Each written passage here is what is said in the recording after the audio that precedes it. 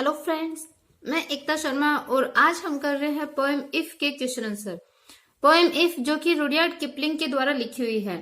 Rudyard Kipling ने इस poem के थ्रू बताया है कि किस प्रकार से एक पिता है वो अपने पुत्र को शिक्षा देता है कि उसे जीवन में कैसे अपने जीवन को व्यतीत करना चाहिए, कैसे उसको अपनी फीलिंग्स पे, अपने कार्यों पे उसको कंट्रोल करना चाहिए, किस प्रकार से उसको लोगों पे विश्वास करना है, कैसे उसे दूसरों से बिहेव करना है, किस प्रकार से उसको अपने अंदर जो समझ है वो उसको अपने अंदर डेवलप करनी है, कैसे अपने आप को कल्टीवेट करना है। तो ये सारी जो चीज है वो एक पिता का अपने पुत्र को दिया गया संदेश इस पोएम के अंदर डिस्क्राइब किया गया है।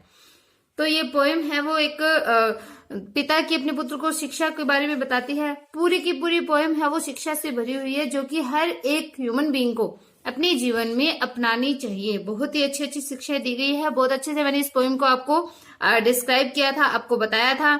आई होप आपको ये जो पोएम है वो समझ में आई हुई है। तो स्टार्ट करते हैं इसके हम क्वेश्चन आंसर। तो देखो, इस पोएम के क्वेश्चन करने से पहले मैं बता दूं कि इस के क्वेश्चन जो मैंने लिए हैं आज वीडियो के अंदर, इसमें ज्यादातर मैंने एडिशनल क्वेश्चन डाले हैं। तो एडिशनल क्वेश्चन, क्योंकि एडिशनल क्वेश्चन है वो ज्यादा आने के चांसेस रहते हैं और ये जो पोएम है वो बहुत ही इजी वे में बताई गई है। तो इसके जो टेक्सचुअल क्वेश्चन है वो ऑटोमेटिकली आपको समझ में आ जाएंगे अगर आपने पोएम पढ़ी है। तो मैंने कुछ एक इसमें एडिशनल क्वेश्चन है वो डाले हैं। देखो, फर्स्ट क्वेश्चन करते हैं। The first stanza of if, ये जो पोएम का फर्स्ट स्टैंजा के बारे में बताया है कि the first stanza of poem if speaks about the need for self confidence. Do you agree? और अगर एग्री करते हैं then why?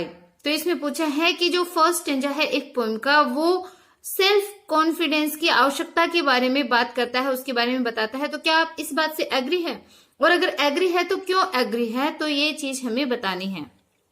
छोटा सा आंसर है। देखो, तो अपन एग्री है क्योंकि इसमें सेल्फ कॉन्फिडेंस की नीड है, उसके बारे में बताया गया है। तो यस, हाँ, आई एग्री, मैं एग्री हूं। विदाउट सेल्फ कॉन्फिडेंस, क्यों बताया? देखो, without self confidence nothing worth while can be achieved.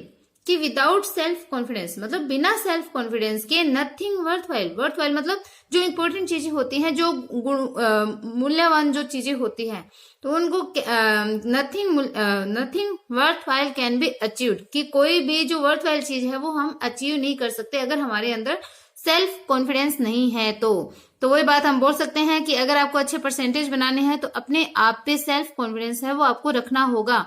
अगर आप में कॉन्फिडेंस है, अगर फिर कॉन्फिडेंस के अकॉर्डिंग अगर आप तैयारी करते हो, देन आप वर्थ वाइल जो है वो आप अचीव कर सकते हो, आप अच्छे परसेंटेज बना सकते हो, जीवन में कुछ भी आप प्राप्त कर सकते हैं। सेकेंड क्वेश्चन देखते हैं। देखो, why does the poet say about patience? तो जो पोइट है वो पेशेंस के बारे में, पेशेंस मतलब धैर्य रखने के बारे में, धैर्य के बारे में क्या बोलता है? तो आंसर देखते हैं इसका। सक्सेसफुल पीपल एक्सरसाइज पेशेंस मतलब जो सक्सेसफुल पीपल होते हैं वो एक्सरसाइज पेशेंस मतलब वो पेशेंस रखते हैं। Without patience nothing can be good, कि बिना पेशेंस के कुछ भी गोट नहीं कर सकते। मतलब हर काम में हमें पेशेंस रखना बहुत आवश्यक होता है। कोई भी चीज करें, अगर हम पेपर देते हैं तो उसमें भी हम पेशेंस रखते हैं क्योंकि एक टाइम के बाद में पेपर है वो लिया जाता है। अगर उसका रिजल्ट आता है तो उसमें भी हमें पेशेंस रखना होता है। अगर आप कुछ जिंदगी में कुछ बनना चाहते हैं तो उसके लिए भी पेशेंस रखे, उसका पेपर क्वालिफाई करो, फिर रिजल्ट आएगा, फिर ट्रेनिंग वगैरह। मतलब पेशेंस हर एक चीज में बहुत जरूरी है। पेशेंस है देन एक टाइम आने पे हम जो भी चाहते हैं वो अचीव कर सकते हैं। उसी टाइम थोड़ी मिल जाता है जो भी हमें चाहिए। पेशेंस रखना बहुत जरूरी है। नथिंग कैन बी गोट, बिना पेशेंस के क्या है, कुछ भी गोट नहीं कर सकते, कुछ प्राप्त नहीं कर सकते। इन इंग्लिश इंग्लिश के अंदर जैसे एक कहावत भी है, slow and steady wins the race. कि जो स्लो एंड स्टेडी मतलब धीरे लेकिन लगातार चलने से रेस है वो जीती जा सकती है। कछुए की, खरगोश की कहानी आपने सुनी हुई है, किस प्रकार से खरगोश जो कि बहुत तेज दौड़ने वाला होता है लेकिन स्लो एंड स्टेडी, कछुआ है वो धीरे चलता है बट स्टेडी चल रहा था, तो उससे वो रेस है वो जीत गया। एंड हैस्टे मैक्स वेस्ट, एंड हैस्टे मतलब शीघ्रता करना, जल्दबाजी करना, वो क्या हो जाती है, मैक्स वेस्ट बना देती है, व्यर्थ बना देता है। मतलब शीघ्रता नहीं करनी चाहिए किसी भी चीज के अंदर। Slow and steady wins the race. तो ये जो चीज है वो हमें अपने जीवन में लागू करनी है। थर्ड क्वेश्चन देखते हैं। Explain the poet's view on honesty and fortitude of character. तो एक्सप्लेन द पोइट्स व्यू, हमें पोइट का जो व्यू है वो एक्सप्लेन करना है किस टॉपिक पे, ऑनेस्टी ऑफ फोर्टिट्यूड के बारे में, ऑफ करेक्टर। करेक्टर मतलब एक जो व्यक्ति होता है उसका फोर्टिट्यूड और उसकी जो ऑनेस्टी है उसके बारे में हमें बताना है। आंसर देखते हैं। The poet says that even if people tell lie to you.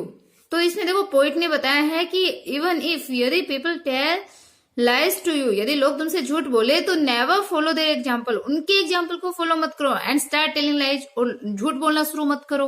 मतलब कोई अगर आपसे झूठ बोलता है तो आप भी उसके एग्जाम्पल को फॉलो मत करो, आप भी झूठ बोलना स्टार्ट मत करो। झूठ बोलने से कुछ नहीं होता। ए lawyer is not respected in the society, क्योंकि एक जो लायर होता है पता चल जाता है कि कौन झूठ बोल रहा है, तो जो झूठ बोल रहा होता है, जो लायर होता है, is not respected in the society, तो वो सोसाइटी के अंदर उसको रेस्पेक्ट नहीं दिया जाता है, उसका सम्मान है वो नहीं किया जाता है। A liar may succeed temporary but in the long run he is bound to fail and will be put to shame.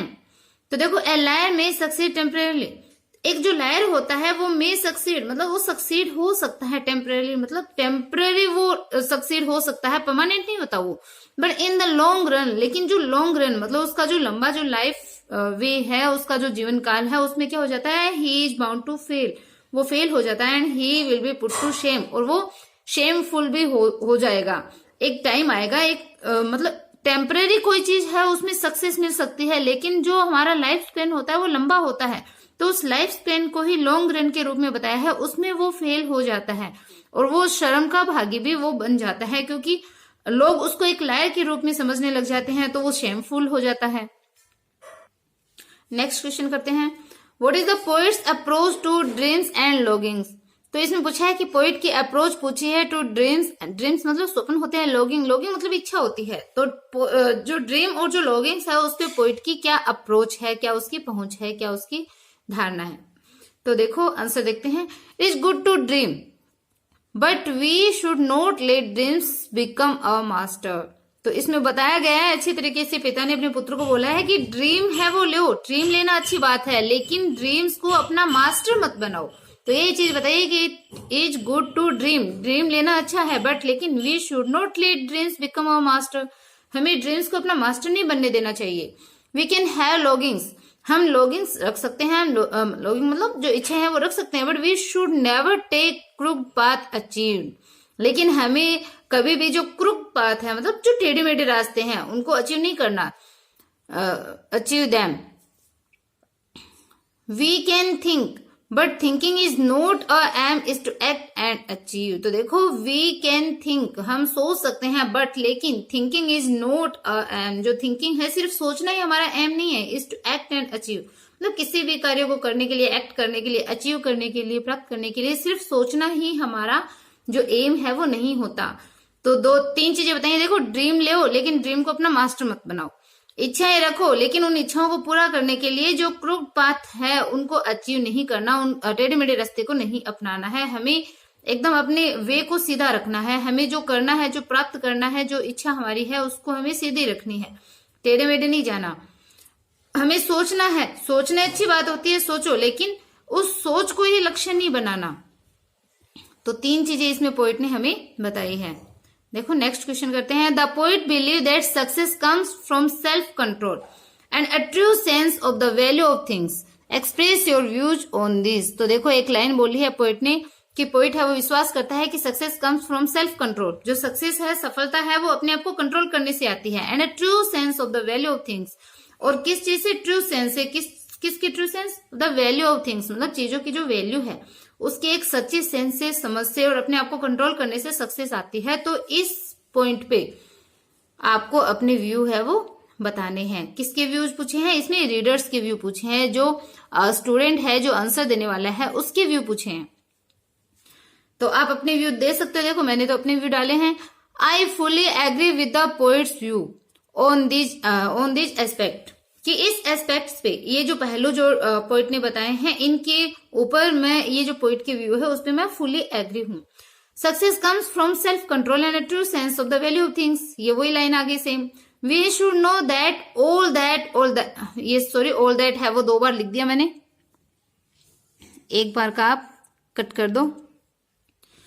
तो देखो, we should know that all that glitters is not gold, तो ये भी देखो एक proverb के रूप में है कि वी शुड नो, हमें जानना चाहिए कि ऑल दैट ग्लिटर्स, मतलब जितने भी ग्लिटर्स होते हैं, चमकने वाली चीज होती है, इज नॉट गोल्ड, वो गोल्ड नहीं होती, सोना नहीं होती है। Without self control we will go ashtray, कि बिना सेल्फ कंट्रोल के हम कहाँ चले जाएंगे, एस्ट्रे मतलब बर्बाद हो जाएंगे। Unless we know the true value of things we may spend our time and energy trying to get things that have no true value. तो देखो unless we know the true value of things, कि जब तक हम things की true value को नहीं जानेंगे तो we may spend our time, हम अपना टाइम है वो स्पेंड कर देंगे, खर्च कर देंगे, अपनी एनर्जी को वेस्ट कर देंगे। किस चीज में? ट्राइंग टू गेट थिंग्स, उन चीजों को प्राप्त करने के लिए जिनकी कोई भी ट्रू वैल्यू नहीं होती है। तो इसलिए जो चीजें हैं उनकी ट्रू वैल्यू है वो जानना बहुत ही ज्यादा जरूरी है, नहीं तो हम अपना समय, अपनी जो एनर्जी है वो सब फालतू की चीजों में हम बर्बाद कर देंगे।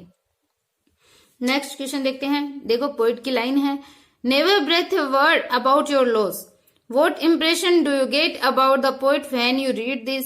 तो पोइट ने देखो बोला है कि never breathe a word about your loss, कि अपने जो लॉस हुआ है, तुम्हारी जो हानि हुई है, अपने पुत्र को वो बता रहा है कि तुम्हारी जो भी हानि हुई है, लॉस हुआ है, उसके ऊपर शब्दों को मत बोलो, सिर्फ उसका ही गुणगान मत करो कि मेरी इतनी हानि हो गई है। तो ये जो लाइन है जब आप पढ़ते हो तो आप पे क्या इंप्रेशन इसका पड़ता है? तो देखो आंसर, आई फील दैट, अपने आप को देखो यहाँ पे रख करके अपने को आंसर देना है, हमसे ही पूछी गई है सारी चीजें। तो आई यहाँ पे आएगा, ये आई है वो पोइट को रिप्रेजेंट नहीं कर रहा है, यहाँ पे जो आंसर देने वाला है उसके लिए यहाँ पे आई है वो बताया गया है। तो I feel that the poet is a strong willed person, कि मैं महसूस करती हूँ, मैं मेरी तरफ से बताऊंगी कि मैं महसूस करती हूँ कि ये जो पोइट है वो स्ट्रॉन्ग विल्ड पर्सन है, मतलब मजबूत इच्छा शक्ति वाला आदमी है। He can keep his secret, वो अपने सीक्रेट्स को रख सकता है। He does not want people sympathise, कि वो लोगों की सिंपैथी उसको नहीं चाहिए, लोगों की सहानुभूति उसको नहीं चाहिए, क्योंकि वो बार बार अपने लॉस के बारे में बताता नहीं है, लोगों की सिंपैथी प्राप्त नहीं करना चाहता वो, क्योंकि बार बार अगर हम वही चीज बोलेंगे तो लोग है वो सिंपैथी हमें देंगे, तो उसको नहीं चाहिए वो चीज। He has fortitude and courage to suffer his adversities without sharing them with others. तो देखो he has fortitude and courage, कि उसके पास में फोर्टिट्यूड मतलब एक तरीके से जो हिम्मत होती है उसको बोलते हैं। तो ही हैज फोर्टिट्यूड एंड करेज, उसके पास में हिम्मत है, साहस है, टू सफर हिज एडवर्सिटीज, अपनी जो एडवर्सिटीज मतलब जो हानियां हुई है उनको सफर करने का उस पर साहस है, हिम्मत है। Without sharing them with others, दूसरों के साथ उसको शेयर किए बिना उसके अंदर अपनी हानि को सहन करने का साहस भी है, उसमें हिम्मत भी है। तो ये पोइट की एक स्ट्रॉन्ग विल है वो हमें बताई गई है। और मैं बार बार देखो क्वेश्चन आंसर बताती हूँ, एक क्वेश्चन बताती हूँ। सेंट्रल जो थीम होती है, सेंट्रल आइडिया भी बोल सकते हैं, पोइम की थीम बोल सकते हैं, वो हमें पता होना बहुत जरूरी है। तो थीम पे ही बेस्ट अगला क्वेश्चन है, what is the central theme of the poem if. तो ये हमें बतानी है। देखो, the main idea of the poem if is that the main key to lead a satisfactory life is to remain balanced, मतलब अगर हमें सेटिस्फैक्ट्री लाइफ अगर हमें व्यतीत करनी है तो हमें अपना बैलेंस है वो बनाना होगा, ये चीज इसमें बताई है। We should deal with the ups and down in life with an undisturbed mind. तो देखो वी शुड डील, हमें डील करनी चाहिए with the ups and down. Ups and down मतलब जो उतार चढ़ाव जो हमारे जीवन में आते रहते हैं, in life with an undisturbed mind, मतलब हमारे माइंड को डिस्टर्ब किए बिना हमें हमारे जीवन में जो उतार चढ़ाव आते हैं, जो हमें लॉसेज होते हैं, जो हमें प्रॉफिट्स होते हैं, उन सब के साथ में हमें डील करना आना चाहिए। We should have confidence and patience to handle any situation, कि हमारे अंदर पेशेंस भी होना चाहिए और कॉन्फिडेंस भी होना चाहिए किसी भी सिचुएशन को हैंडल करने के लिए। We should be even minded in success and failure, मतलब हमें चाहे सक्सेस हो चाहे फेलियर हो, हमें उसको हैंडल करना, उसके साथ हमें किस प्रकार से डील करनी है वो चीज हमें आनी चाहिए। यही चीज इस पोएम के अंदर पोइट ने बताई है कि कोई भी सिचुएशन हो उसको कॉन्फिडेंस और पेशेंस से हैंडल करें, बिना माइंड को डिस्टर्ब किए। हमारे जीवन में जो अप्स एंड डाउन आते हैं, सक्सेस एंड फेलियर भी इसको बोल सकते हैं, तो उसको भी हमें डील करना आना चाहिए। जो भी चीज हमारे जीवन में हमारे सामने आए, हमें हंसी खुशी उसको सहन करना, उसके साथ डील करना, उससे निकलना हमें आना चाहिए। नेक्स्ट क्वेश्चन देखते हैं, what according to the poet should be one's attitude to unexpected loss, कि what according to the poet, poet के अकॉर्डिंग, अब हमें पोएट के अकॉर्डिंग आंसर देना है। Should be one's attitude to unexpected loss, कि जो अनएक्सपेक्टेड मतलब जिसकी आशा ही नहीं करी हो, एक ऐसे लॉस के बारे में किसी व्यक्ति का जो एटीट्यूड है वो कैसा होना चाहिए, जो वो पोइट के अकॉर्डिंग हमें बताना है, अपनी बात नहीं बतानी, हमें पोइट के अकॉर्डिंग क्या करना है वो बताना है। तो देखो answer, according to the poet one's attitude to unexpected loss should be one of the indifference, मतलब एक व्यक्ति का जो अनएक्सपेक्टेड जो लॉस होता है, मतलब जिसके बारे में हमने सोचा ही नहीं, अचानक से कोई लॉस हो जाए, तो उस पर भी एक व्यक्ति को इनडिफरेंस होना चाहिए बिना किसी अंतर के। Triumphs and tragedies are part of life, कि जो जीत और जो ट्रेजेडीज है, ट्रम्प मतलब जो हम जीत जाते हैं किसी चीज में, विजय प्राप्त करते हैं, और ट्रेजेडीज मतलब जो ट्रेजेडी होती है, दुखांत जो होता है किसी चीज का, तो वो जीवन के पार्ट होते हैं। Don't be overjoyed at the success, कि हमें ओवरजॉय नहीं होना चाहिए सक्सेस मिल जाए तो। And don't be dejected at the failure, और अगर हम फेलियर हो जाए, हमें अगर असफलता मिलती है तो उस पे एकदम डिजेक्ट नहीं होना चाहिए। If you happen to have a loss, यदि मतलब बाई चांस अगर आपको कोई लॉस हो जाए, डोंट टेल एनीवन, दूसरों को मत बताओ, किसी को भी मत बताओ। डोंट टेल एनीवन मतलब किसी को भी मत बताओ। Accept it with fortitude, fortitude के साथ में इसको एक्सेप्ट करो, अपनी जो हिम्मत होती है, अपनी जो पॉजिटिविटी होती है, उसके साथ उस चीज को आप एक्सेप्ट करो और आगे के लिए मेहनत करो। तो ये चीज इसमें पोइट ने अपने पुत्र को शिक्षा देते हुए बताया है। देखते हैं लास्ट क्वेश्चन अपना, what is the message conveyed in the last stanza of the poem. देखो फर्स्ट स्टेंजा के बारे में हमने बात करी, अब हम लास्ट स्टेंजा के बारे में बात करते हैं। तो देखते हैं इसका answer, we can talk with the crowd, कि हम जो क्राउड है उसके साथ हम बात कर सकते हैं, मतलब भीड़ के साथ, लोगों के साथ बात करो। But you should not become one of them and loss your virtue, but लेकिन you should not become one of them, तुम्हें उनमें से एक नहीं बनना। आप लोगों के साथ बात करो लेकिन उन लोगों के जैसा नहीं बनना। एंड लॉस योर वर्च्यू, और तुम्हारे अंदर जो वर्च्यू है, जो तुम्हारे अंदर गुण है, उन गुणों को नहीं खोना है। बातें करो लेकिन उनके जैसा नहीं बनना, अपने गुणों को नहीं खोना है। Even when you walk with Kings you should not loss site of the ordinary people. देखो क्या बताया है कि बहुत अच्छी लाइन है, even when you walk with king, कि चाहे तुम उन राजाओं के साथ में चलो, मतलब बड़े लोगों के साथ चलो, लेकिन क्या करना है, you should not loss site of the ordinary people. तुम्हें जो ऑर्डिनरी पीपल है, जो साधारण लोग है, जो सामान्य लोग है, उन पे अपनी दृष्टि को नहीं खोना। You should be beyond getting hurt by your enemies और फ्रेंड्स, कि you should be beyond getting hurt, कि तुम अपने जो फ्रेंड है, तुम्हारे जो शत्रु है, उनसे हर्ट होने से तुम दूर रहोगे अगर तुम ऐसा करते हो। All kinds of people should be able to count upon you for help. देखो all kinds of people should be able, कि हर प्रकार के लोग हैं वो एबल होने चाहिए to count upon you for help, कि हेल्प के लिए, काउंट अपॉन मतलब निर्भर होने के लिए, हर एक व्यक्ति है वो हेल्प के लिए, निर्भर होने के लिए हर एक व्यक्ति है वो एबल होना चाहिए।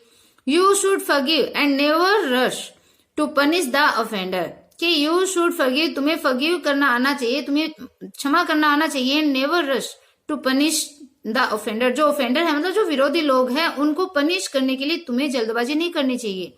If you can do all these things, यदि तुम ये सारी चीजें कर सकते हो, तो you can enjoy on this earth, तुम इस अर्थ पे, इस पृथ्वी पे एंजॉय कर सकते हो। As if you are its master, जैसे कि तुम इस पृथ्वी के मालिक हो, इस प्रकार से तुम इस पृथ्वी पे एंजॉय कर सकते हो।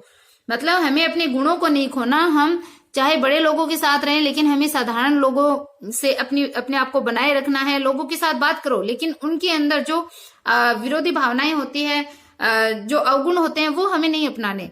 हमें अपने जो फेलियर है उस पे रोना नहीं है और सक्सेस पे ओवरजॉय नहीं होना है। तो ये सारी चीज है वो पिता है वो अपने पुत्र को एक मैसेज के रूप में यहाँ पे समझा रहा है इस पोएम के थ्रू। बहुत शानदार पोएम है, एक बार फिर से आप इसको पढ़िए, फिर इसके क्वेश्चन आंसर देखिए, बड़े ही इजीली आपको सारे समझ में आ जाएंगे। और फिर टेक्सचुअल क्वेश्चन भी आप इसको देखिए। अगर टेक्सचुअल क्वेश्चन की भी आवश्यकता है देन कमेंट बॉक्स में आप जरूर बताइए, फिर मैं वो भी आपको करवा दूंगी। Okay bye, have a nice day.